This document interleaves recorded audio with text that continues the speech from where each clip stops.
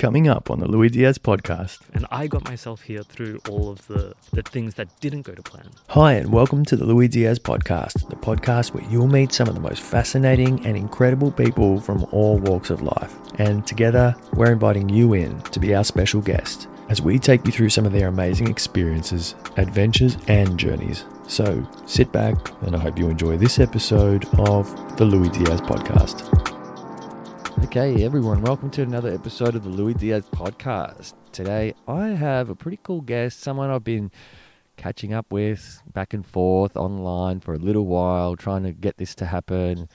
And we were going to do it online, and then suddenly I get a call saying, "No, I'm going to be in Melbourne, so let's do it in person." Seb Varas. What's up, man? How are you? I'm good. Thank you for having me. I'm honestly flattered because I think your previous guests have all been amazing. So I'm a little bit... I'll try my best to live up to the standard they've set. Yeah, you know, it's kind of funny, that whole imposter syndrome thing. And, you know, what's also interesting is that half of the guests will say the same thing. Yeah, probably. So you're no different there. But, yeah, I appreciate you.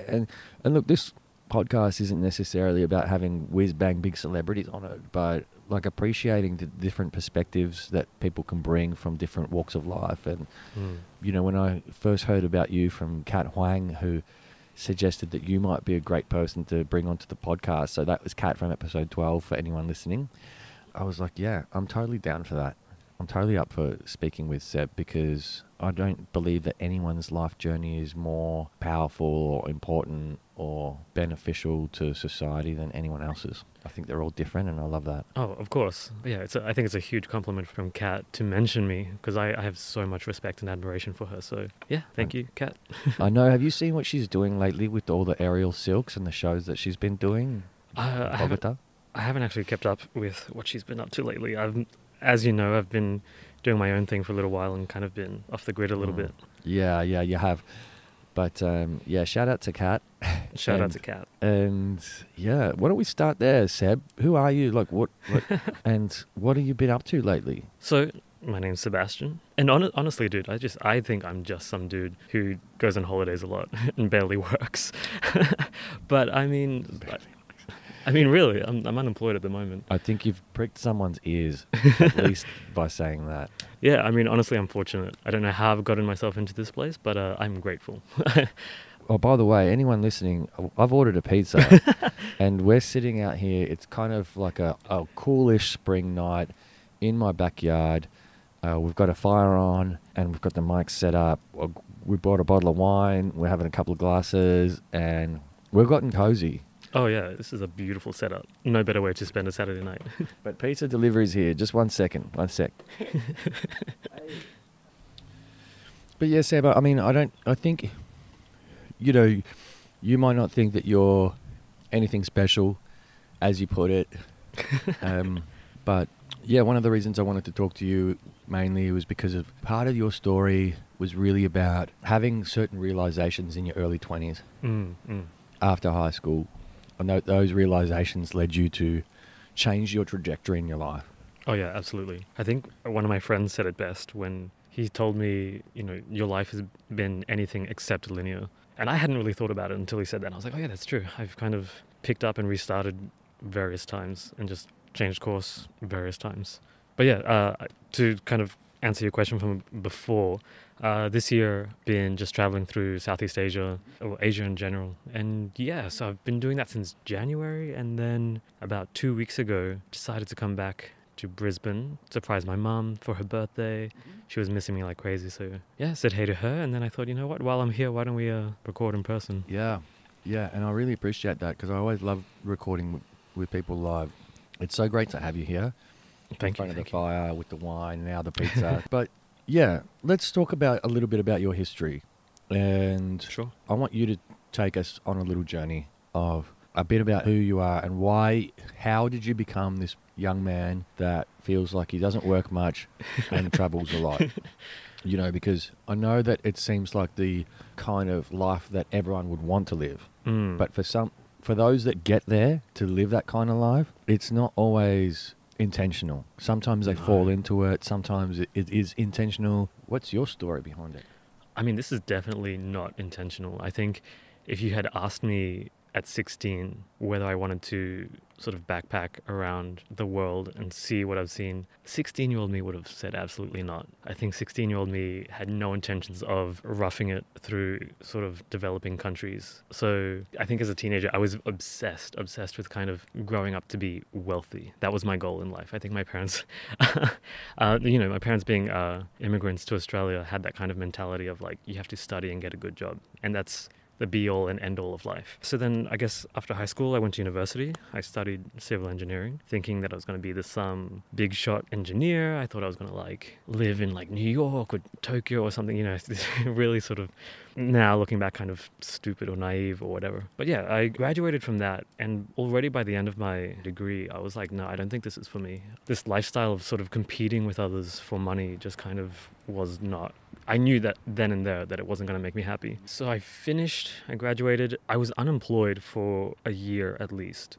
I couldn't find any work as an engineer. And I mean, there's a part of me that says, maybe I wasn't trying hard enough because it wasn't what I truly wanted. But I mean, I was still applying, and that year for me was such a pivotal moment in my life. I think everything I have, the person that I am, came from that year. It really it broke me. It really broke my identity to kind of be unemployed after spending my whole life thinking that I was going to be this big shot, wealthy engineer. And then to find out that I was either like not smart enough, or that I'd kind of been deceived into thinking that I was special or whatever. Anyway, so that year was really pivotal.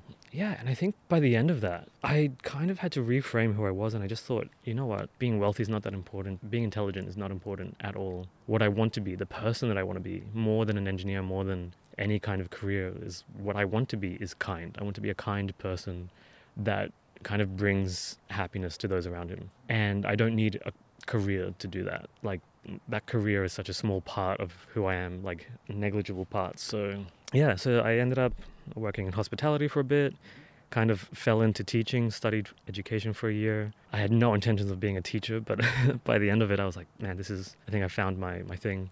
And yeah, I mean, I've been a teacher for the last maybe 5 or 6 years, and just love it. And more than the actual teaching work, I love the freedom that it has given me to travel, to take time off, to kind of see the world. And I know that learning that I get from traveling it does help my teaching. So it's this back and forth thing of just constantly learning. And yeah, that's where I'm at. I'm sorry while I'm still eating the pizza, but I really love that, you were so open and candid about those maybe, what we consider later on in life to be silly dreams. Oh yeah. Because they're certainly not silly to us at the time. No. And the thing about that is that I think those silly dreams are really good for us. I think that whole wanting to be an engineer and did you say big shot? I never heard of a big shot engineer, but I'm sure they exist. I'm sure I don't know much about engineering though. Maybe I'm naive. And maybe they exist, yeah. They don't get a lot of credit, to be honest. Yeah. They're not like Hollywood actors, maybe. But no. I guess my point is that, for you to have grand visions for your life at any stage of your life is really noble. And I think our lack of life experience when we're younger, what it does is it means that we sort of end up grasping onto what we do know, rather than being able to draw from experience necessarily. Oh, absolutely. I mean, and yeah, I think at 16, at least in my case, your world is essentially your parents, like school and your parents. That's really all you know, unless you are fortunate enough to have kind of seen something else. But I certainly wasn't. And so, what my parents said, even though I kind of didn't always agree with them, I did have this notion that, I need to be wealthy if I want to be happy. I need to have a well-paying job. That was sort of in my mind at the time. That was the key to happiness. And that's bullshit. My apologies if there are children listening. But yeah, the idea that sort of your income is going to lead to happiness is it's absolute bullshit. And I think as well, I mean, this is, something that it kind of took me a little while to realize, but you are not your job. Your job is not who you are whatsoever. Your job is the contract that you enter into, right? It's the trade that you make in order to make money. You give up your time and energy for money, and then money is just a fuel to do whatever you want to do, right? And so it's not the key to happiness at all. That's so funny. This theme keeps coming up. Anyone who's listened to my episode with Jemima recently, where she basically brings up that same concept, almost reverse engineering that concept, because she works in the spiritual field, for example, and it's not just her career, it's her life, it's her lifestyle. So being faced with certain health challenges and needing to move back to Europe and organize things and having a bit of a topsy-turvy changes happening in her life that were unplanned and unexpected, had her sort of questioning, you know, who she is when she's not working. And Yamini Kaluri, who I'm just about to release that episode at the time of recording this, it was funny because I asked her, you know, who are you? And she's like, well, the first thing I need to say is that I'm not my body and I'm not my job. And that's kind of what I've been really rehearsing a lot in my life lately, to not identify myself with my career. But ultimately we do. Like, there's kids out there that might be listening, you know, in high school or in their early 20s, that they don't have necessarily a lot of life experience, and maybe they do come from lower socioeconomic families or even middle class families, and they've gotten through relatively well and they're quite intelligent, but they, you know, they want more, they want better, they want to experience more. And like I said, without experience, all of that we start to grasp onto is the superficial stuff. Oh, absolutely. You know, like I can't think of the joy and happiness of the times that I traveled through Europe, for example, and was kind of slumming it as well at times, but how happy I was. I would never have thought back when I was in my early 20s, you know what, I'm going to be so stoked just slumming it through Europe, and that's going to be what I want to do with my life. There are some people that actually think like that.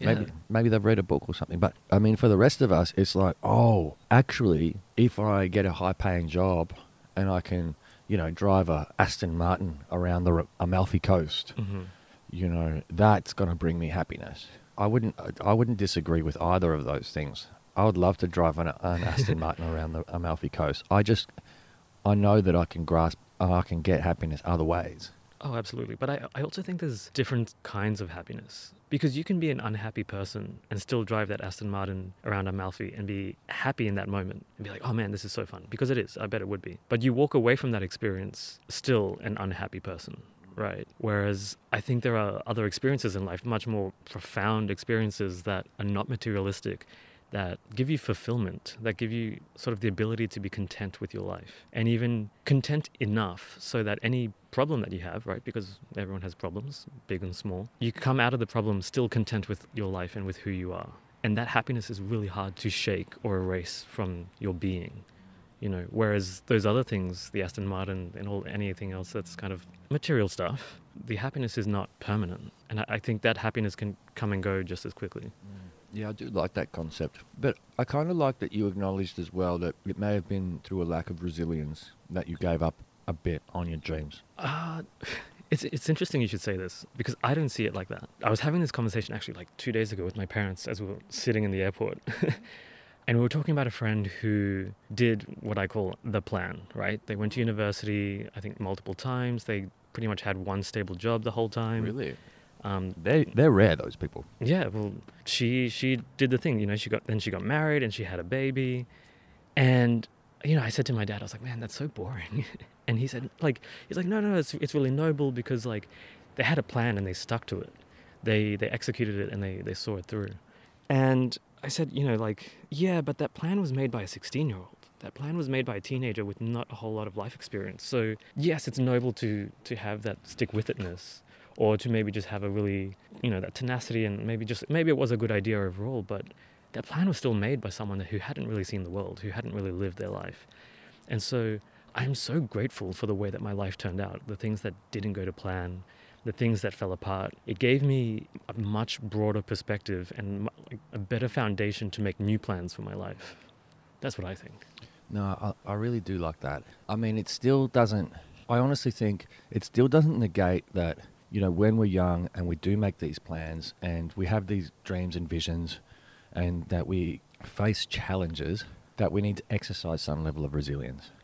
Like, I honestly still believe that. Like, we need to learn how to push through the discomfort of feeling like a failure. Oh, yeah. And the sooner we learn how to do that, the better. But at the same time, just as valid is that whole, oh, I'm not getting any satisfaction out of this plan that I've created for myself.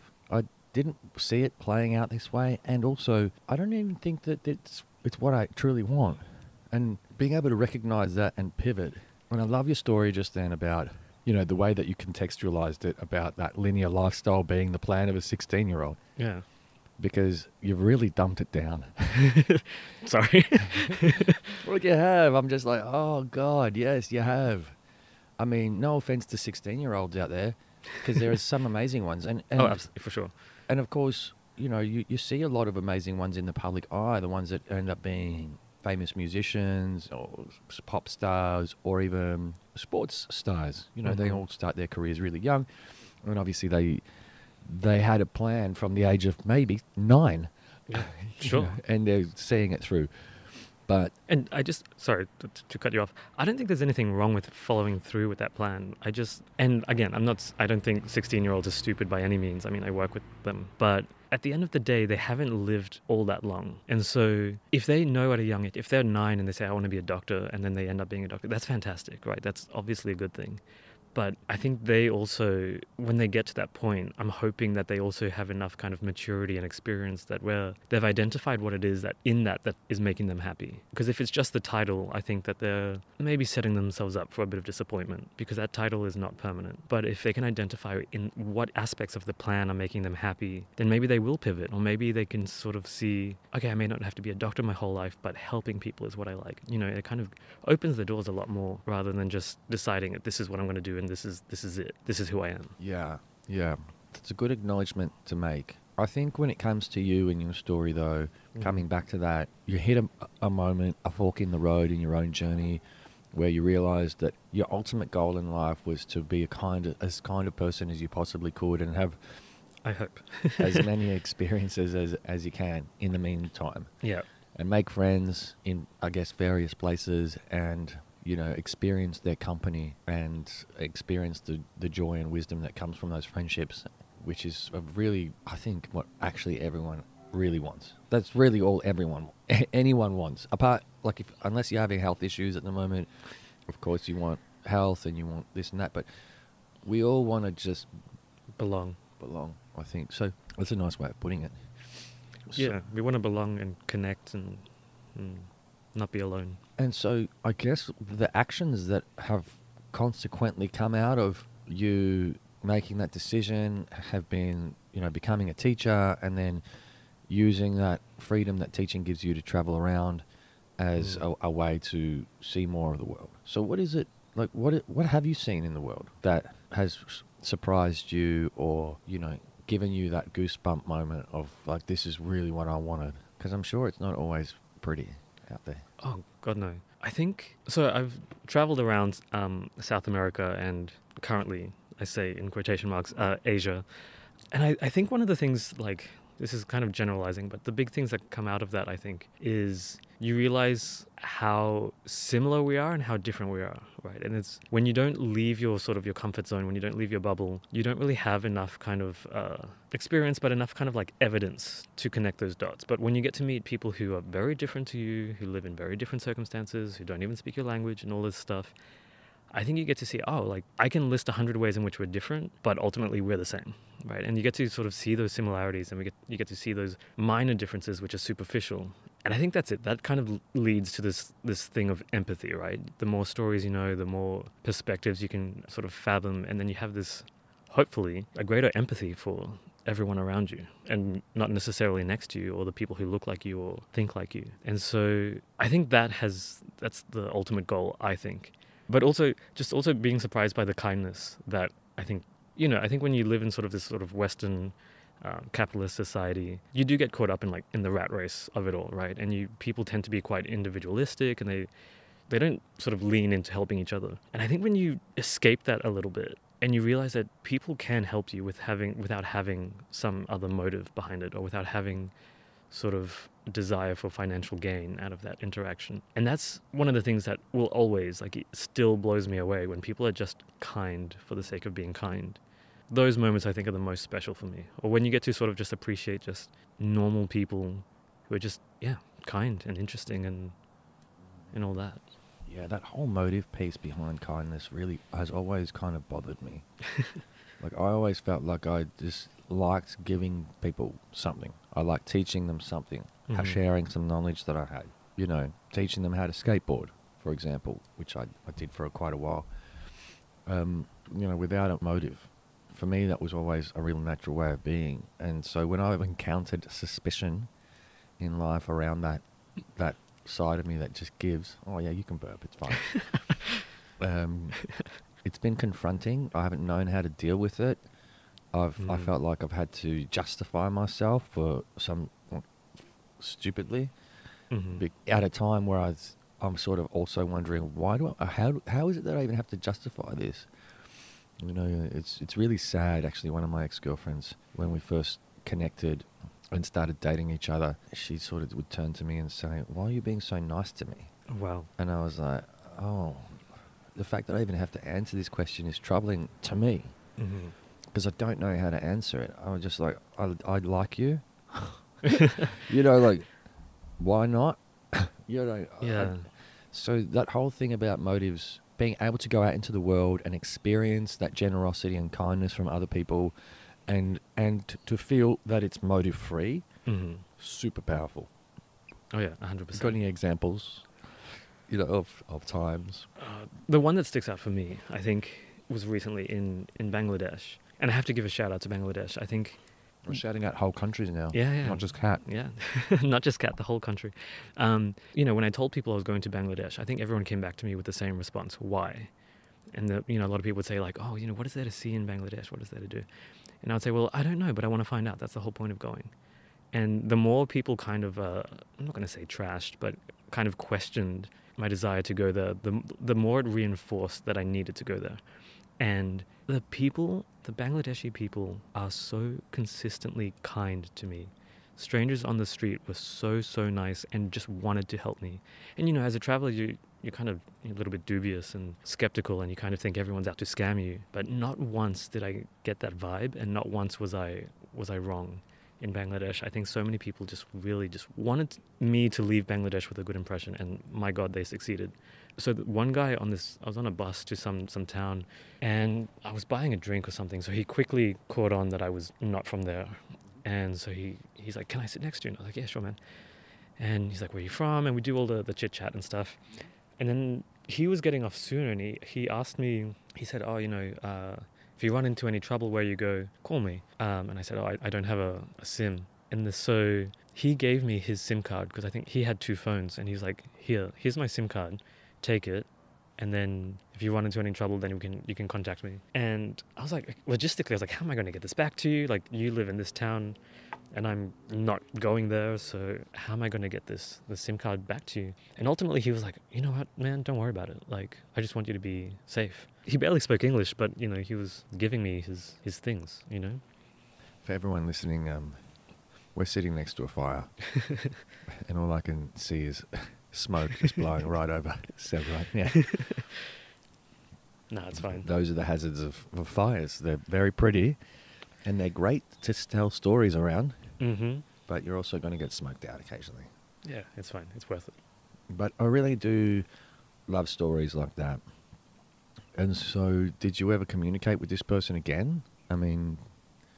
Yeah. We kept in touch, and he would check in on me every few days and say, like, you know, how you doing? Are you safe? And yeah, and then he would send me photos of like his family and say, you know, this is my wife and these are my 2 sons. This is where I live. He had a very, very humble home, which recently was destroyed by a landslide. So, no way. Yeah. So it's monsoon season at the moment in that part of the world, and I think Bangladesh, I mean, you may want to fact check me, but it receives I think it's one of the countries with the highest amount of rainfall, and it's a very flat country, so flooding and landslides are very common. And yes, he recently lost his house, which is killing me. Yeah, it's really devastating, and so I guess it puts it probably a little bit more into perspective for you how, yeah, maybe life's not fair. You know, how you can I mean, that's an understatement, I think. Yeah, you can be such a kind, warm, generous person and have things happen to you that, you know, are out of your control and adversities to overcome. I was talking to one of the listeners of the podcast the other day. We just got on a call and we're talking to each other. Shout out to Joe, since this is an episode where we're just shouting everyone out. And we were actually talking about parenting, and we were talking about how you know, as parents, we want to raise our kids the best possible way and give them the best future and give them the best possible chance of this and that. And it's kind of dawned on me recently that most parents will have some kind of, you know, there'll be some kind of challenge. And I think what we want for our kids, it's really noble that we want for people, we want the best for them and we don't want them to suffer and experience any adversity. But I came to this notion the other day that actually that's what life is about. Life is about learning how to transcend our trauma. That's kind of where I've plateaued with my understanding of all of this, maybe this Buddhism stuff and, you know, this spiritual stuff and all this universal stuff. I'm like, no, it doesn't matter what kind of parent you are. You're going to screw them up somehow. And I love that. Well, no, what I mean is that we're constantly trying to rescue and save people in society from experiencing adversity, like to prevent them from experiencing adversity so that they don't have to go through it because it's hard. But really our heroes' journeys in life, I guess, which we're all on, requires us to experience a lot of adversity and overcome it. And that's why when I reflect on things like what's happened to your friend, your Bangladeshi friend, you know, that adversity comes in all shapes and sizes and could come in any form at any time for any one of us. But life planned for us doesn't discriminate, no matter how good of a person you are. And the reason I've gone on this tangent is just because I started reflecting on that whole thing about, oh, but I'm a good person. Like, these things shouldn't happen to me. You know, I've paid my taxes. I've done all this. I've done all the right things my whole life. And I'm a good person. And now I've lost everything. Like, yeah.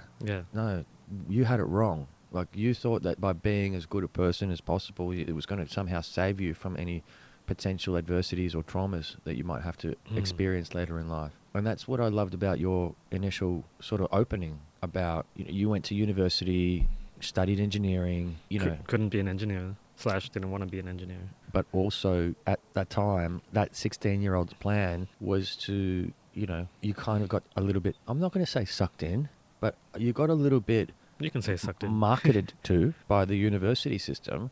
It says, hey, come here, get this degree, and this will take your life on this trajectory. And all of these things, these good things might happen to you. And without telling you, like, actually, plus, yes, you will have a degree at the end. And then there's going to be some adversity in the form of you not being able to find a job for a while. And we're not going to prepare you for that. I mean, I don't know if I would phrase it like that. I think I have mixed feelings about universities, but what I do like about them is that they seem to be quite transparent in the way that they operate, right? It's a business, essentially. You go in, you buy a degree, and that's it, right? Then they don't really have this responsibility to train you for the world, I don't think, right? Because it's not compulsory to go to university the same way that it is to go to high school, right? And I think that's the big difference in attitudes that people have towards high school versus university. And so I think university, it's a degree shop, right? You go, you buy... Degree shop. Yeah. You buy your degree, and whoever has left their degree thinking, oh man, I learned so much, I was so well prepared for that career. Like, no, we all get to our career and be like, I know nothing, and you learn everything on the job, right? So universities are degree shops, and I'm cool with that. So I don't think they have this responsibility to sort of train us for the real world. But that doesn't mean that people don't think that that's what they're getting. Yeah, but I don't think that's the university's fault. I think that's maybe society's fault for saying you will go to university and you will walk out successful. Like, no, that's not going to happen. And just going back a few points, there were so many things I wanted to respond to, but... I went off on a tangent, I know. No, it was beautiful. It was just like, you gave me a lot to kind of, as I said, respond to. But going back to like adversity and challenges, I think one of the things we learn in education is that we learn best almost exclusively when we are challenged, right? If you are not being challenged, you are not learning, right? And think about any job that you've had to do, maybe like where you've done the tasks 100 times over. You get to the first time you do it, you're going to learn how to do it, and then you'll get better, and then you'll hit a plateau, and you're not going to learn anything because you're no longer being challenged. Right? Which a lot of people find in their work. They'll say, oh, I'm no longer being challenged and just in this rut. So our brains are working best when we are challenged. And that applies whether you're doing, you know, math problems. I'm a maths teacher, by the way. So whether you're doing sort of maths exercises or whether you're roughing it through Cambodia and you have to solve a problem as in, how am I going to find a bed to sleep in tonight? right? All of these things are the same. Your brain is going to figure it out, and you're going to come out smarter because of that, because of the challenge. And so to wish someone a life without challenges is sort of wishing them to be stunted forever, because they're not going to be able to grow if they're not challenged and learning. Yeah, I like that. But yeah, I mean, like I said before, when Joe and I were talking, us as parents, it's almost like, and especially Joe, she's overcome some serious health challenges in her late 30s, and all of that adversity. She's a high achiever in the corporate world, and now gotten out of that, started her own business. And, you know, we've been through stuff in our own lives. And as parents, we're just like, sometimes we fall a little bit guilty of trying to make it wanting to make it as easy as possible for our kids, or our neighbors, or, you know, as people, we want to just make someone else's path really smooth and easy. But, you know, you having changed your trajectory in life to, you know, hopefully want to be the kindest person you possibly could, and then going out into the world and seeing what that kindness actually looks like, and then and realizing that, hey, it's motive free. You know, real beautiful kindness is motive free. You know, how does that govern your actions? Like, what do you do? Like, how do you spend your days? Whose life have you changed recently? Oh, I don't know. I don't set out with that. Really? That goal. Are you selling yourself short? No, I think I Have you had an impact on someone's life recently? Probably. Yeah. But I think it's a little bit egotistical to be like, to say, I'm gonna change someone's life today. Okay. Yes, that. To acknowledge that you've had a positive impact on someone's life experience is a good thing, but we don't do enough. We should do. It's good for the world for us to recognize that. To be like, hey, listen, it's 7:05, and I'm going to go and change someone's life today. Yeah, exactly. That's bizarre. Yeah, it is. But no, and I think to kind of, I mean, there's no way you can actually measure that, can you? Short of people telling you, hey, you've changed my life, or hey, you've impacted me in this way.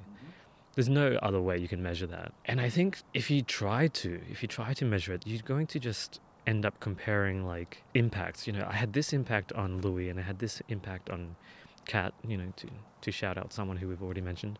And then you're going to say, okay, well, I had more of an impact here, and this is good. And it's like, that doesn't sit right with me. I don't want my life to be like that, where I'm thinking, just measuring my own worth in the impact that I'm having on people. Because one, you couldn't do that. And then two, that's just a weird goal to have, I think. But sorry, can I just go back a point to the parenting thing? Just go back, yeah. If it's any consolation, and feel free to cut this out because this might turn into a rant, but there's stacks and stacks and stacks of studies, like in education, where they try to determine what factors will contribute to success. And all these studies come back with the same thing, that all of these positive factors are what they call low impact factors, right? So if you took two families and they're just run of the mill, they're very similar in every way, but if you gave one family more money, it's going to have a very low impact on that kid's success, right? So all of these positive things are actually very low impact, whereas negative things are high impact, right? So if you take those two families and you take money away from one, or you move them to a sort of a poorer neighborhood, that's going to have a higher impact. And what they come back to is like schools are very low impact, teachers are very low impact, until you make those things bad, right?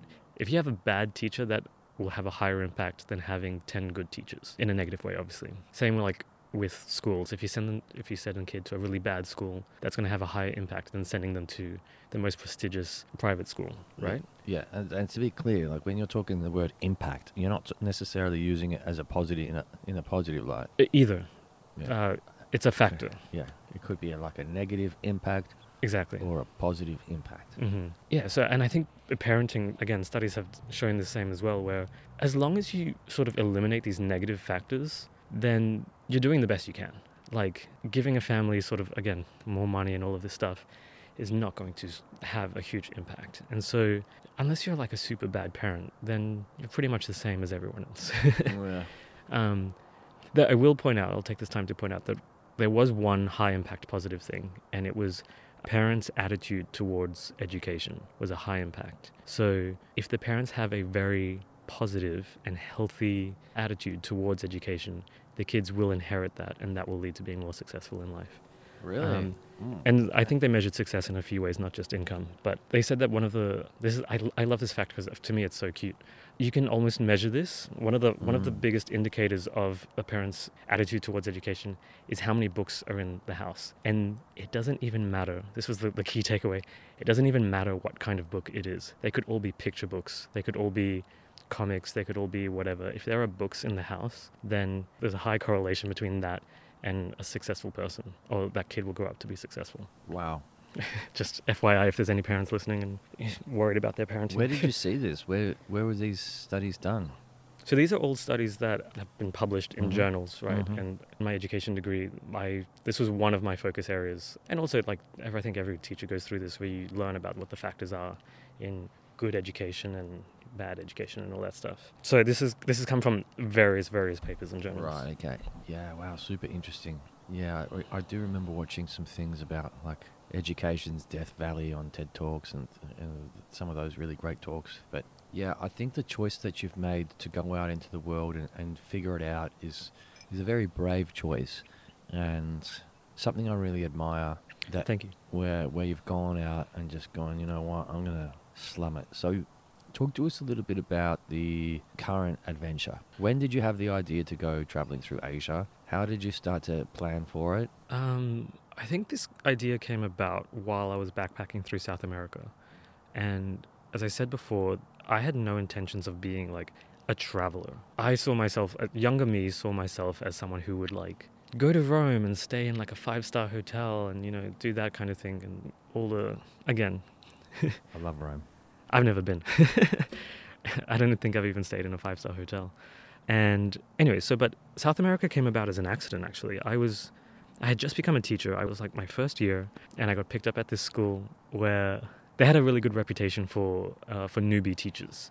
And they said, oh, you're going to be here for a while, and we're going to train you, we're going to make you permanent, blah, blah, blah, blah. 6 months later, or 6 months into my new career, my contract was not renewed. And I had been warned, my boss pulled me and a bunch of other newbie teachers aside and said, hey, we've had some teachers come back unexpectedly, so 2 of you are going to have to bounce. And I told everyone, my friends and family, that I might be losing my job. And a friend of mine asked me, what will you do if it's you that ends up going? And I jokingly, as a complete joke, I said, oh, I guess I'll go to South America for 6 months and backpack. I had no real intention of that happening. But it was something that I had been saying for so long that I really want to backpack around South America, or I really want to go to South America and buy a motorbike and just drive around or something, which never happened. I mean, the motorcycle didn't happen. But yeah, so then when my boss told me, hey, your contract's not being renewed, I heard in my head, hey, Sebastian, you're going to South America. And yeah, 2 or 3 weeks later, I was in South America and just setting off on this adventure that I think I was too excited to be scared at the time, which was awesome, because if I had been any more scared, I wouldn't have done it. And then while I was doing that, I was like, man, I'm hecking unstoppable, I'm look at all the stuff that I'm doing on my own. No one around me is helping me. This is all on my own money. This is all me running into problems and solving them. I'm not having to call up mum and dad or anything like that. And yeah, I think at that point I was like, you know what, next I'm going to go to Asia and I'm going to backpack around there. So yeah, that's how Asia kind of came about, just realizing that I could do it. And so what's the itinerary been? So I started in Taiwan. I've gotten so good at rattling off the countries. It was Taiwan, Hong Kong, Macau, Vietnam, Cambodia, Laos, Thailand, Singapore, Malaysia, India, Bangladesh. And so I was back in India. So I think in a few days I'm actually going to fly back there and continue on with my backpacking. And yeah, be in India for pretty much the rest of the year, and throw in Nepal and Sri Lanka. And then I don't know after that. I'm not good at making these big plans. I just make it up as I go along. But yeah, I mean, it sounds like you just rattled off a volley of countries just then. So you must be good at something, I'm doing something right, I think. Yeah. I think we do tend to undervalue just how capable we are. Oh, for sure. A lot in life. And I'm someone that has definitely benefited from the help of others in all areas of my life, and have never really appreciated my own capabilities. But yeah, I do see it in other people as well, and I see it in you. I'm just listening to you, and it's come on, man, you're just reeled off someone's dream. You're talking about someone's dreams. Don't play them down so much.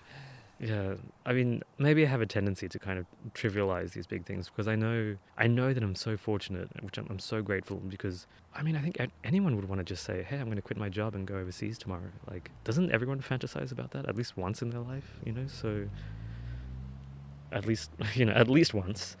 And I'm doing that. But I think I kind of just wanted to point out one thing I said before about, I think it was really important for me to not rely on someone because I think in my life, I think my family, like my extended family has kind of babied me a little bit. I'm like the youngest out of like everyone, like all my cousins and stuff.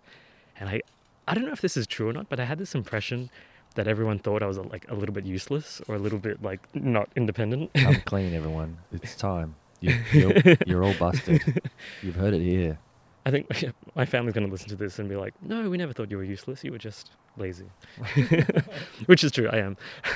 But, so I think going to South America was such a wake-up call for me because it's like, you know what, when people say that I'm like not independent or whenever anyone like my big brother might call me useless again, I'm going to be like, no, I have actual evidence now that I can do this. Because I think in all of my extended family, and my parents have traveled quite a bit now later in life after they've both retired, I don't think anyone in my extended family has been to a country alone where they didn't speak the language. And I think I've done that. The youngest one in the family has done that repeatedly for extensive periods of time. And so I think it's kind of a big deal. But also sort of going back to the trivializing these big things, I did want to kind of point out, like I hate giving advice, but I mean, I'm kind of on this podcast. I kind of have my moment, right? Mm-hmm. It's your time. Yeah, it really is.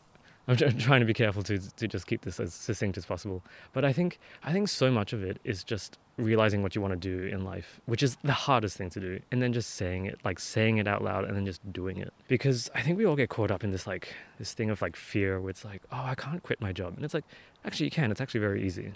You just walk up to your boss and you say, I quit. And then let the paperwork sort itself out. You can quit your job, And then people get hung up on oh yeah, but then this and that and all of these excuses why they can't do this big fun thing. And I understand working's a necessity and all that jazz, but I really think that people should be less scared about doing the things. And if it all goes sideways, who cares? You got a fantastic learning experience out of it and you'll be better prepared for next time. I think that's what kind of keeps people stuck, Yeah, just do the thing. Yeah. Who cares? Nike made a whole slogan out of it. Yeah. Yeah. Their whole brand is based on just do it, isn't it? But I do like that, and it's probably an important time to then put it into perspective for some people because, like I said, there's going to be younger people that are listening to this and older people that are listening to this and people with different perspectives and different experiences.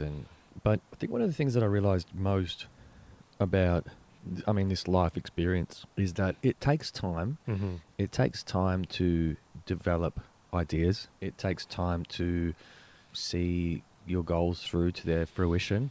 Mm-hmm. It takes time to, get an education. It takes time to think about what you want to do with yourself. Oh, yeah.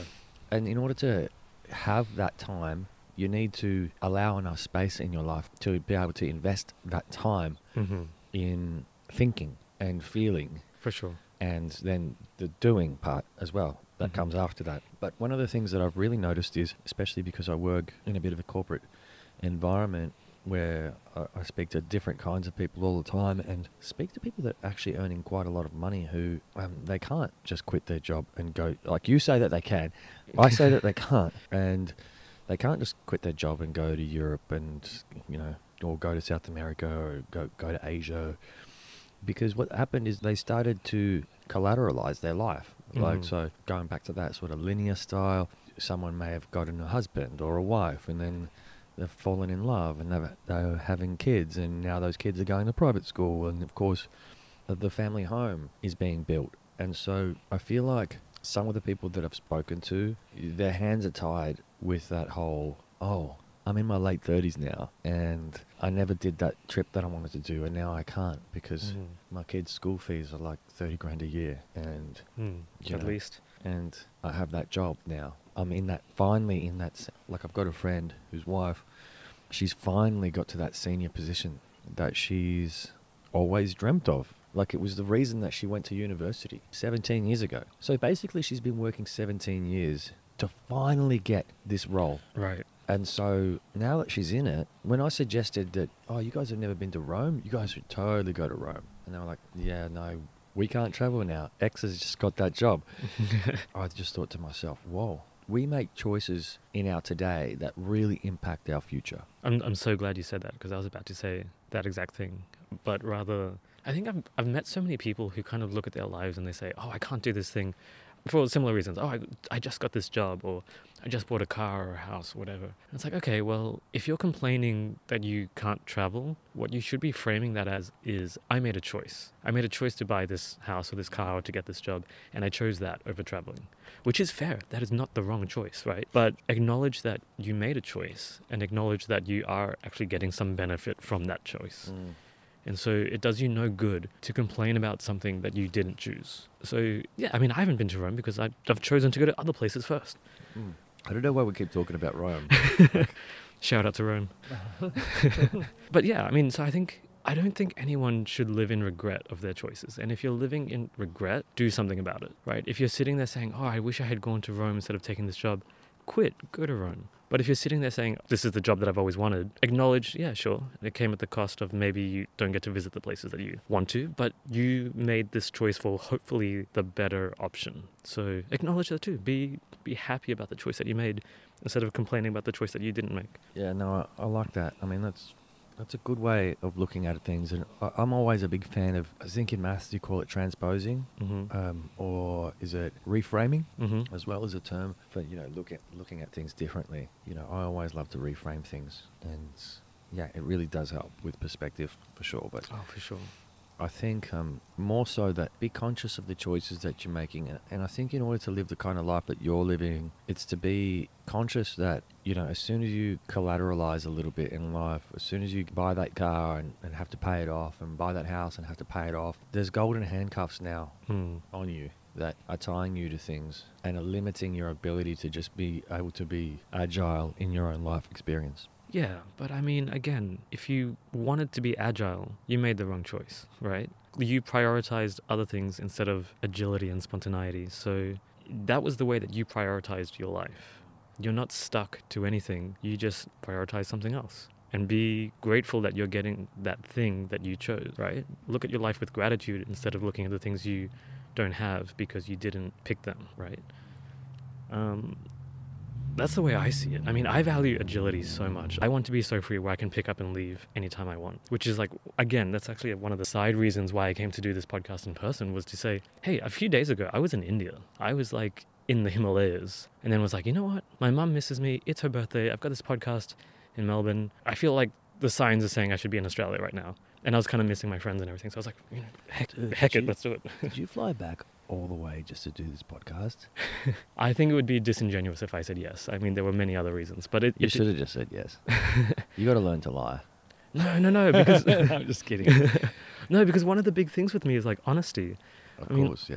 No, but I think, like, honestly, the greatest source, if not the only source of unhappiness, comes from being dishonest with ourselves. I think that if we can genuinely say to ourselves, this is what I want for my life, but I'm too scared to make that choice, then you've kind of like answered your own question, right? Or if you know what you want, like if you know that you hate your job, or you're not in love with your partner anymore, but you're too scared to have those conversations, then, if you're not going to say it to anyone else out loud, at least say it to yourself. At least say, I hate my job, or, I'm not happy with my partner, or whatever. Say the things to yourself, and then you can start working towards a proper solution, because until you do that, you're going to just be covering up the problem with band-aid solutions that's not going to do anything. Yeah, I'm just going to take a moment to remind the audience that we're outdoors in kind of inner city suburbia, but it doesn't really feel like it. If you were sitting here, you'd think you were somewhere else, a bit more magical than inner city suburbia. And you're going to hear dogs and cars and maybe some airplanes and the fire crackling in the background as well. Yeah, hopefully the fire. I don't think you're going to catch the fire, unfortunately, but I hope you do. You can also hear me burping, I'm pretty sure. Yeah. And also, yes, hey, I might just do this live. So I really rely on all of you amazing listeners to find me on your favorite podcasting platform, whether that be Apple or Spotify or Pocket Casts. follow me along there. Jump on my website and subscribe as well, so you can be the first to find out when a new episode drops. And also, yeah, leave a comment where you can, because I don't know who's listening unless you tell me that you've heard it and you liked what you heard, or you disagree with something that you heard, or if you want to tell me anything about what you think about this podcast, I'd really appreciate it. So there we go, a little live plug, which was suggested by someone instead of my normal recorded ones. Nice. But some of the things that you talk about, I really like. I really like listening to your perspective on what you mentioned earlier, saying things out loud. I've got one of my own stories around that. And also, you know, being honest with yourself. Those 2 points are something that have really resonate with me a lot. The first one being saying things out loud. And I just think there's no greater way of really demanding accountability from yourself than saying something out loud. And my example is that when I had written a children's book, which has now been published for 8 years. And at the time, I wasn't sure how I was going to illustrate it, and I think I had a bit of a crazy dream or something. And I had this mad idea, because the book is called Chocolate Dreams. It's a children's picture book about believing in your dreams, and it took me ages to work out how I was going to illustrate it, but I finally settled on I was going to illustrate it myself using real chocolate. And yeah, in the artwork, okay. Yeah, it looks cool, trust me. And so it was just kind of like a weird thought that popped into my head. But that seed that I had planted with that thought was growing and growing and growing. And I knew the only way that I was going to be able to really hold myself accountable to making this happen was if I said it out loud. And so, you know, that morning I went to see a friend of mine, and I said to that friend, I'm going to illustrate my own book using real chocolate. And in that moment, I felt like this sinking feeling in my gut where I was like, oh shit, I do have to do that now. Yeah. Because I have said it out loud to someone else that I actually care about and who I respect and who respects me, at least for now. They might lose respect for me if I don't deliver on this chocolate illustrations. But, you know, I wanted to put myself in that situation where I was forced to deliver, because I had then put it out there in the universe and in the private sphere of my friendships, but out loud. And I think that was, one of the key, and it turned out great. Like, in the end, it was a lot of work, but it turned out great. And, nice. You know, I'm really glad that I made that choice, but I know that I may not have followed through with it if I didn't, like what you suggested, say it out loud. And then because of that, then having to be accountable for that. Exactly. And then obviously also being honest with ourselves as well, you touched on before, is super important. You know, I was saying this before. I can't remember which episode I was saying it in, but like, know thyself is something that I have been saying. Like, it's, I don't know who said it first. It's like a proverb. To me, it's like a famous quote that someone said once, but know thyself. It's been so pivotal in my life lately. Like, know who you are. Know what you're good at. If you're an immigrant and you have an accent, and people can't understand you because of that, figure it out, you know. You know, if you're overweight and you can't get into your clothes anymore, don't blame the clothes that are too small. Oh, I know. Like, just figure it out. Know who you are and know what you have to work on. Be honest with yourself. It's such a brutally difficult thing. And I guess, you know, a former partner of mine was honest with me in ways that no one else ever had the courage to be honest with me. Or will I add, cared enough about me. Exactly. In order to, and as much as it was difficult to hear those messages, and, you know, they weren't always delivered in the most tactful way, I'll say, but the delivery is, you know, much of a muchness. It was the thought that really counted. It was the care that this person was like, hey, you really need to improve in this area for your own good, for your own life, for your own future. And, you know, now that I don't have this person's support in my life anymore because we've gone our separate ways, I understand now that it's on me to be the one that pulls myself up and is honest with myself about these, for lack of a better word, let's just call them shortcomings. But it was a really key moment for me to recognize that, to go, you know what? I have lost one of the best friends I've ever had who gave me some of the best advice I'll ever get in my life. And I now have the responsibility of being honest with myself. I have to be honest with myself. You have to be. In order to continue that person's legacy as well, of the impact that they left in my life, but also because I don't have them anymore. And so I've got to get out of bed and I've got to go, listen, slap out of it, harden up. Like, literally. Yeah, no, for real. Earlier this year, I was, having a whinge about some things, and I had two choices. It was quit or harden up. Yeah. I chose harden up, and the year things have changed, and things have improved, and things are way better. Yeah. A recent friend of mine, shout out to Richie, by the way. I think it was him that said this to me. There was something about someone. I don't even remember what it was, but I wanted to say something to someone about some issue that I was having with them. And he was like, oh, just say it. And I was like, no, because it's going to hurt their feelings, or it's going to like it's not that big of a deal to me. And he said to me something like, oh, that means that you don't really respect them or like them that much or care about them that much. And I'm like, oh, I see what you mean, but elaborate. And he was getting into this idea of like kind of what you just said about if you really care about someone, or if you need to say something to someone and you're worried about how they're going to feel, what you're essentially saying is you don't think they can handle it. What you're saying is you don't think that person is mature enough to hear what you have to say and take it on board, and they're going to react maybe like a child or whatever, just immaturely. And so it's when you frame it like that, it's like, oh, actually I do think this person is mature enough to hear what I have to say. I mean, it becomes difficult when their maturity is the problem, and it's like, well, I can't tell you how to be more mature. But no. But yeah, I mean, I think if it's someone that you care about and you want the best for them, that includes telling them, hey, you need to fix this thing, or just be better at this thing, and you need to suck it up and have that conversation, because otherwise you're just letting them kind of wallow in their problems. Yeah, I gave two young people, one male, one female, frank advice within the last month for their careers, because it's part of my job to do so. And sometimes it's always going to benefit them. Exactly. I'm not going to give them this advice for my own joy. This is for you. This is your career. This is going to be hard for me to say. It's going to be even harder for you to hear.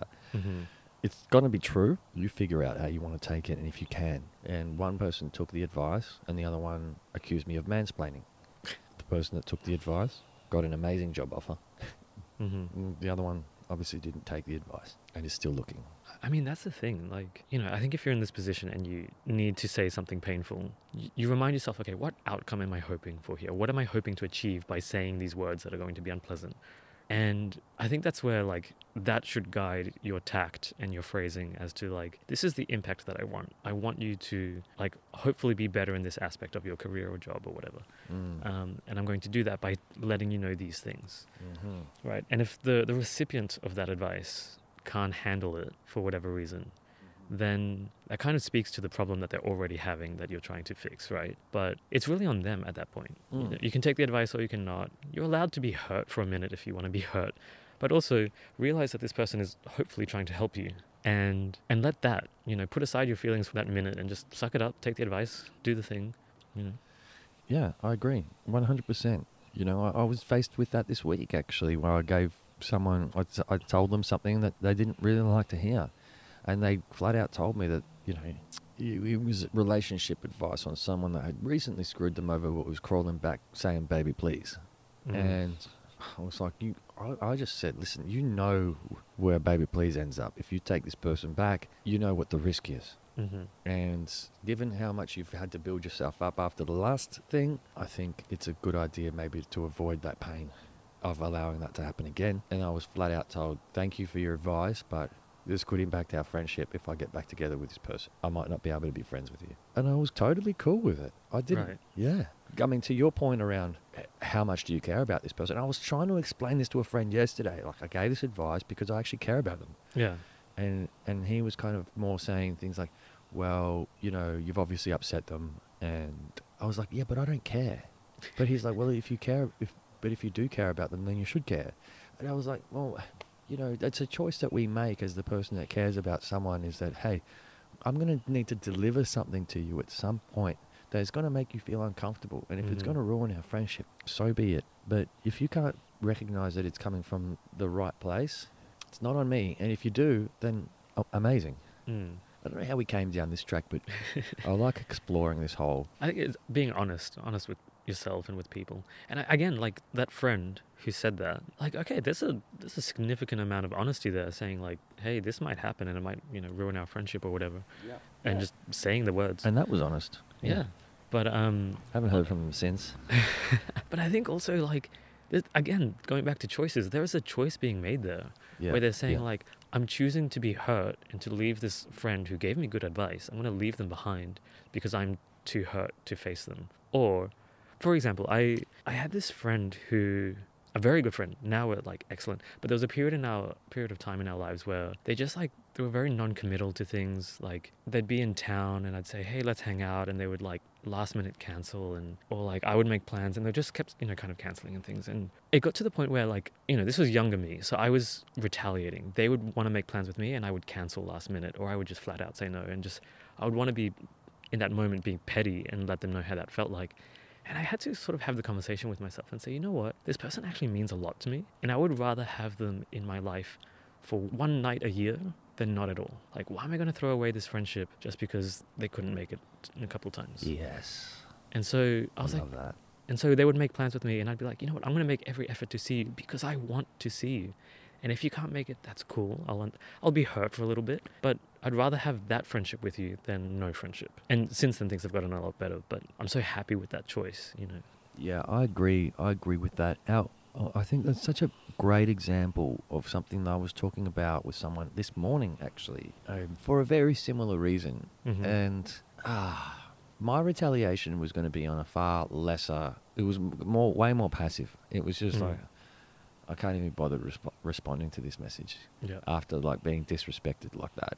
Mm-hmm. Then I started to say, but I want to deal with this well. I want to find a way to deal with this in a way where everyone can kind of win, if that's possible. But I think my ego is getting in the way. Yeah. It's amazing to have gotten to this point in my life where I've worked out that there's an ego that's in the driver's seat. Mm-hmm. And that has been relatively unchecked for a lot of my life.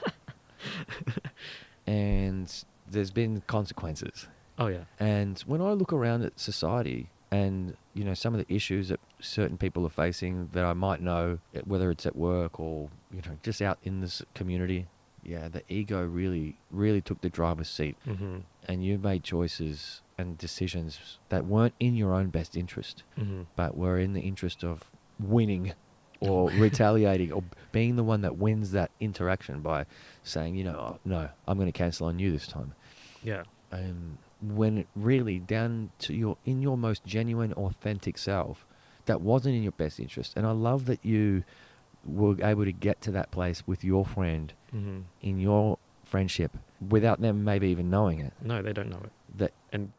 I hope they don't realize that I'm talking about them if they listen to this. Hey. Actually, this could apply to a few people, so, you know. Dude, friends are so flaky. They are. And I think even just realizing that it helps to just calm your ego down. And this is what I said to a very close family friend of mine the other day. He was struggling with this idea of communicating with this person that she really doesn't want to communicate with, but has to. And was basically gave me plan A for how she was going to communicate. And I was like, okay, is that in everyone's best interest? Are you going to get the outcome that you want by following that course of action? Yeah.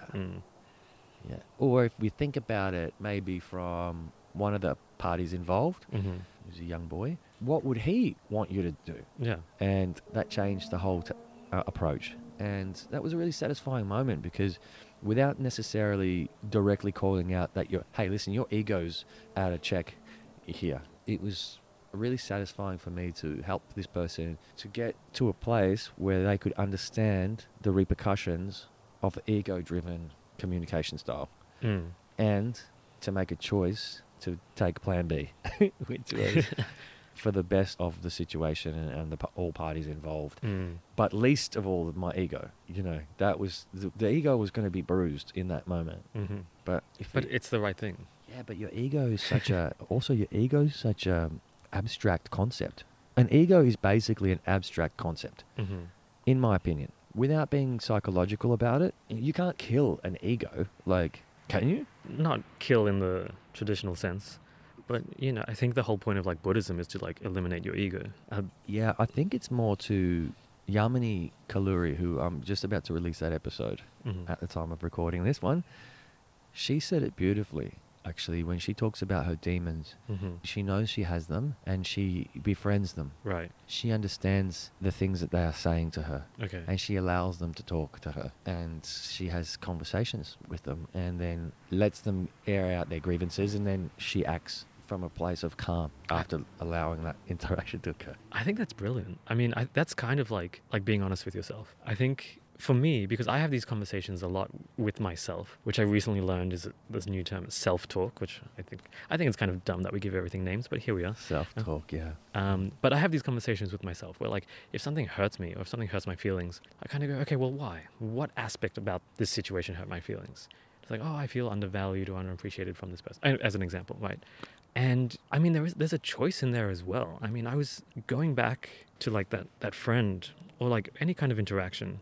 You know, if a friend kind of, let's say, cancels plans and says, oh, hey, I can't make it because of X, Y, Z, and you probably know that that's bullshit and you go, whatever. But you can just choose the same way that you've chosen then to decide that they're lying and that they're being fake, and that maybe you might take it one step further and say, oh, they don't care about me, right? You're making this whole thing about you. Or in the same way, with the same ease, you could choose to just believe them and say, oh, they told me this. Why would I have any reason to doubt what they've told me, because we're friends and they've told me that they can't make it because of this reason, right? I can choose to believe that, and it's going to be the best course of action for our friendship.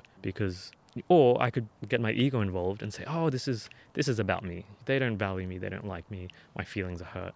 And then I'm going to act from that place, which is going to ruin everything, right? Where, you know, you can make the choice and just say, no, I'm going to believe what they said, take it for face value, and then move on with my life. And so having, I guess, these conversations with yourself and just saying, you know, why am I being hurt by this? Or like, what is the thing that's holding me back? And or whatever the conversation needs to be, being able to ask yourself that question, or ask your demons and let them speak, and then act from there. All right, I have these pieces of information now. Act from there rather than acting out of emotion, sort of this reactive response to everything. Because I don't think that gets you where you want to go. Yeah, and I mean, like, obviously you've developed some really healthy mindsets around the way that you talk to yourself and you govern your relationships, and that you make decisions in your life based on certain values. Would you say that you're really happy with where you are right now in your life? Heck yes. I mean, I think about time travel a lot. Really? Right. I love time travel. I'm obsessed with it, right? I love sci-fi, and I can't watch a movie or read a book about time travel without thinking, all right, like, if I could do that, what would I do? And younger me would have changed so much, right? Younger me would have this never-ending list of things that he would change about his life. And he would say, oh, I'll change this, I'll fix this, I would avoid doing that decision, blah, blah, blah. But I think now, the older I get, at some point I decided I wouldn't change a damn thing. Like, because all of those things, even the times where I was in the wrong and hurt people, those are the most profound lessons. The times where you realize, oh, I was the jerk, I was selfish, and I misbehaved, and I caused damage by behaving like that. Those are the most profound lessons, because those are the ones that hurt me the most later, where I think, man, I really wish I hadn't hurt that person. I have to make sure that I'll never do this again. So those for me are the lessons that really stick. And yeah, so I love who I am, which is something that maybe 16-year-old me would not have said. I love where I'm at with my life. I mean, again, I'm kind of living the dream, right? I'm unemployed and I'm traveling the world. Like I've got a pretty good life. And I got myself here through all of the things that didn't go to plan. Because if I had followed the plan of my 16-year-old self, I'd be an engineer with no time to travel. And that would have been the choice that I made, and I would have been unhappy and complaining about life. I love all of that. I get to the end of that and I'm like, you know what makes me feel even better? Mm-hmm. When I think all of those things that you just thought, and then I go, oh, if I had followed that path, I know my life would be different, but I know I would have found ways of making it work for me and for me to be happy. And that is when I get to a full place of peace with who I am. Because when I try and compare, oh, what happens if I studied entrepreneurship at RMIT instead of going to art school, you know? I like to think that there would have been a really great outcome at the end of that road. And I want to believe that it would have worked out awesome and that I would have been happy. And that I'm also really grateful for where I am now. And I'm really happy with where I am now. Mm-hmm. So as not to look back and go, if I had followed that path, I know I would be miserable. As if it's some kind of comparison that I'm trying to do with myself. To make myself feel better about the choices that I made or the failures that have happened. But to actually feel amazing about where I am, and potentially acknowledging that would have also been amazing in its own right, makes me feel more amazing about the right now. Does that make sense? Yeah, I disagree, but that makes sense.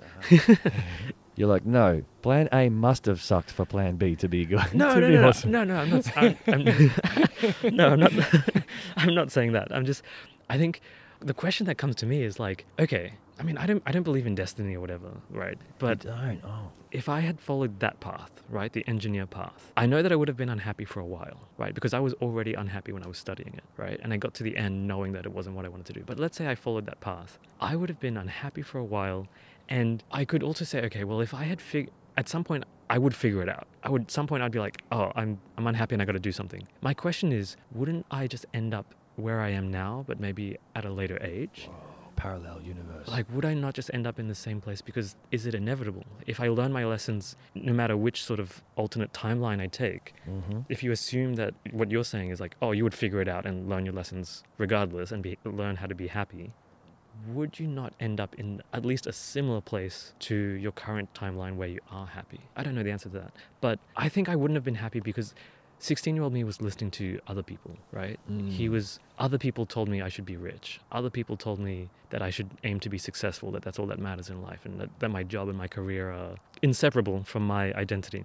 And listening to that and following that, even if I would have been successful and rich and all of those things, I would not have been happy. I would not have been fulfilled. And so I can say that with certainty. I don't know where he would have ended up at 31, but I know that he'd be unhappy getting there. Yeah. I really love that. I think what you were touching on earlier about that honesty piece being really pivotal to your who you are, your whole existence now. And I think we're in an interesting time in the world where, authenticity is more and more valued than ever before.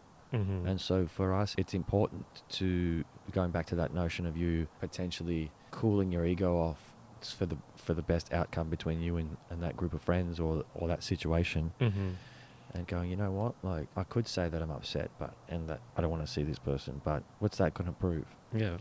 I think it's an interesting time for us to learn how to balance that honesty piece, and not at the cost of our authenticity, but whilst walking the tightrope of checking our egos. Yeah. If that makes sense. I may have just gone off on a tangent. I'm not sure. But I think, in short, I really admire that you've got to this place where you recognize that your decisions, you're really in charge, and the decisions that you make and the interactions that you have in your life, the decisions that you make are really important. How you behave is really important, but not to sacrifice your own authenticity at the same time, I think is really a good thing to consider. Not even to, it's just something to just consider.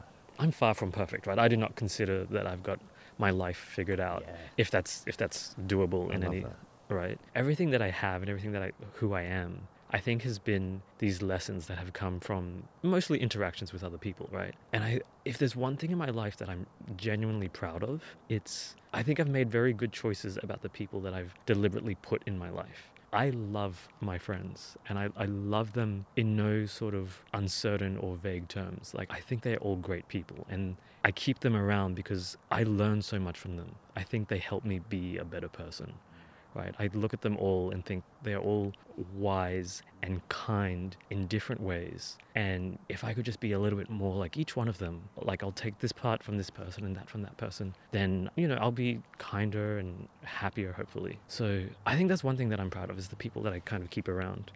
And I've been very fortunate, I think, in my travels to meet fantastic people, very interesting, very wise people. And I think that's been, for me, sort of the greatest reward of my traveling, and one of the greatest choices I've made, because I've had the opportunity just to learn from so many different people. I think that's the thing that I'm proudest of myself, and grateful of. I'm definitely grateful. Yeah, and I know I sort of went off on a little tangent there, sort of going all the way back to that authenticity piece and that honesty and all of that. But then I was wanting to get to the last thing that you said before just this, about you knowing, actually pretty much knowing for a fact, whereas I was questioning whether plan A could have been awesome and plan B can be awesome, and they're not, they can both exist. But you're saying no. I know plan A would have sucked because I wasn't acting out of my own autonomy. It wasn't my own autonomous desires and drivers and motivations that were leading to the decisions that I was wanting to make and those plans that I was trying to make. Yeah.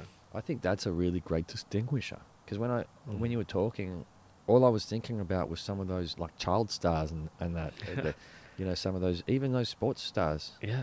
Where they're brilliant, but you can tell that they're troubled, and then you sort of see some weird relationship with their parents. Yeah. That's kind of been happening behind the scenes, like Britney Spears and whatever.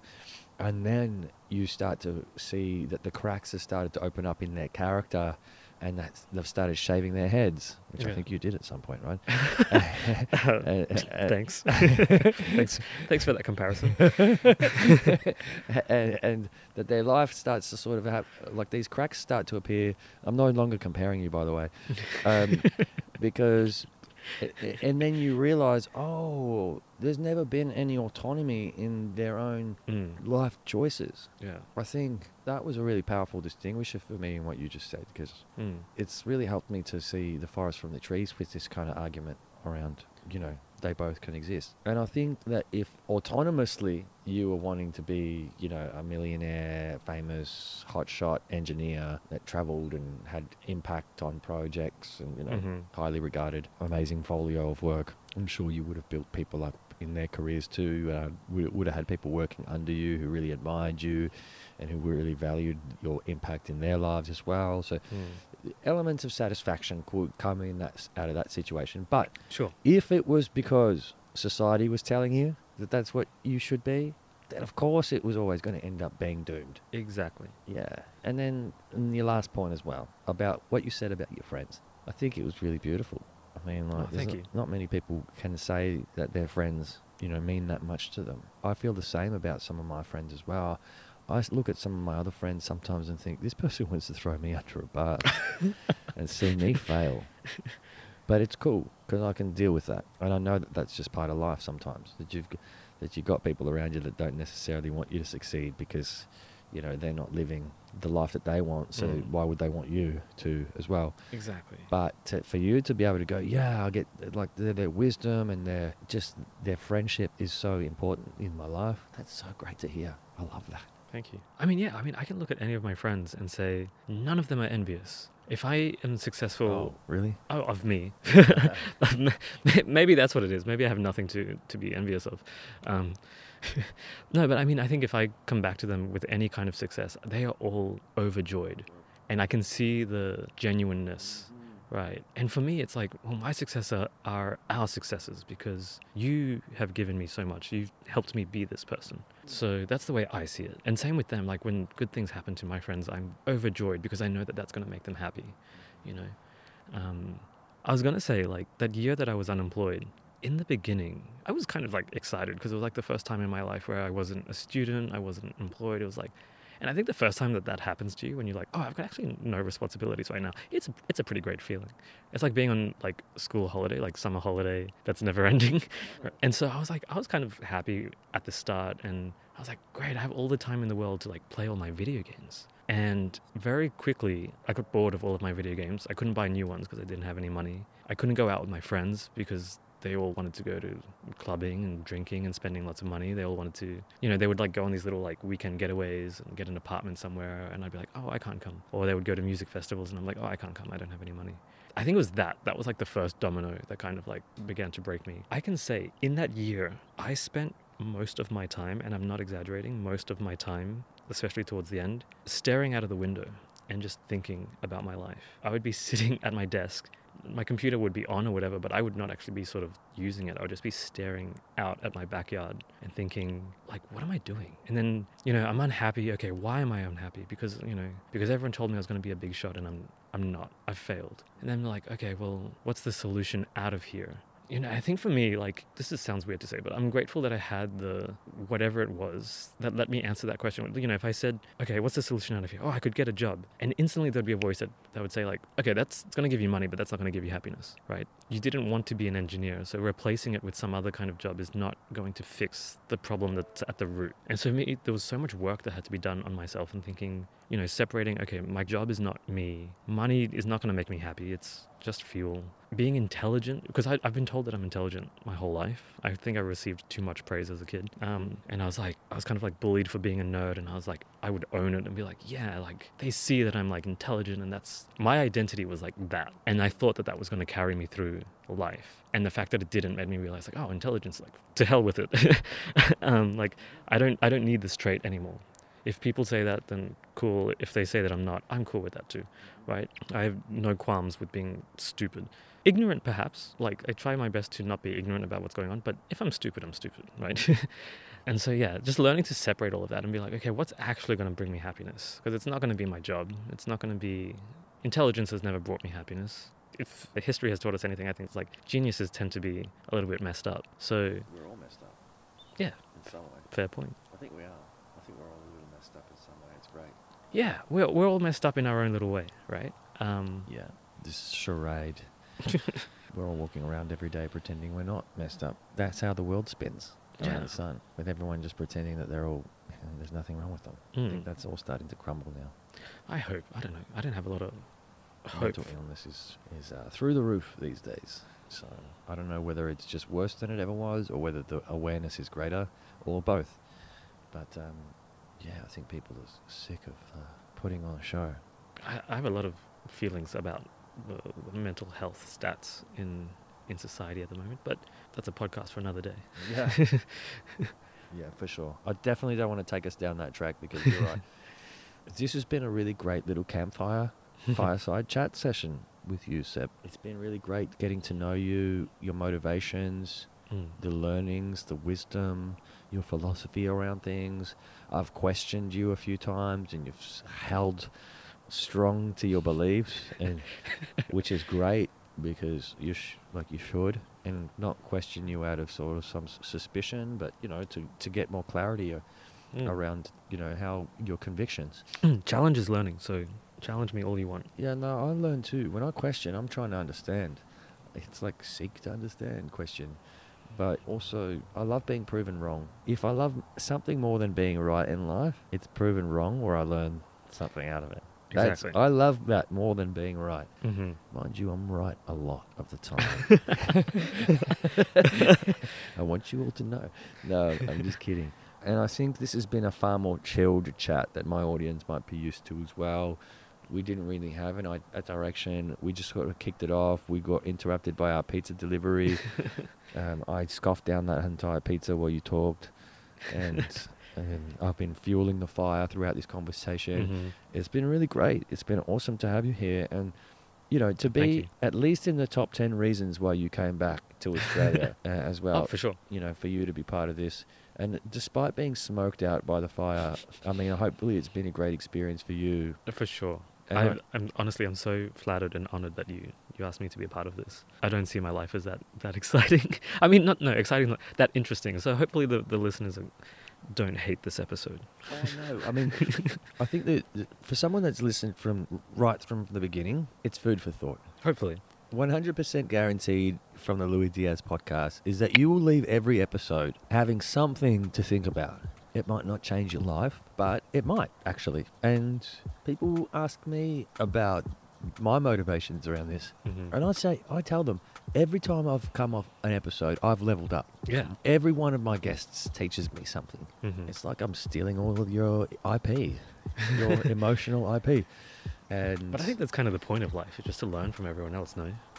Yeah. I mean, I say this all the time to my students. I say, everyone you meet will know something that you don't know. So take the time, listen, learn. 100%. And I think some of my most loyal listeners, that's what they really appreciate about this podcast. And they don't necessarily require you to be some celebrity to feel like you've got something to add to their lives, which is what I love about my audience and what I love about doing this. And so I just wanted to thank you for coming here and doing this with me and taking this risk to be outdoors with me on a coolish spring night in September of 2023 when we're recording this, and to share your insights and a bottle of wine with me.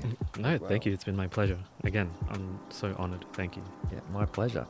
And I guess it's no better way than this to wrap it up for our audience. So thank you everyone for listening. Thank you to Seb's parents and family and friends. If you've stayed with us the whole way, I'm sure you have. You better have. And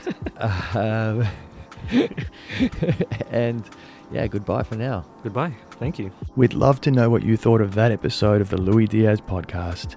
You can find us on Instagram, Facebook, YouTube, and even TikTok to let us know.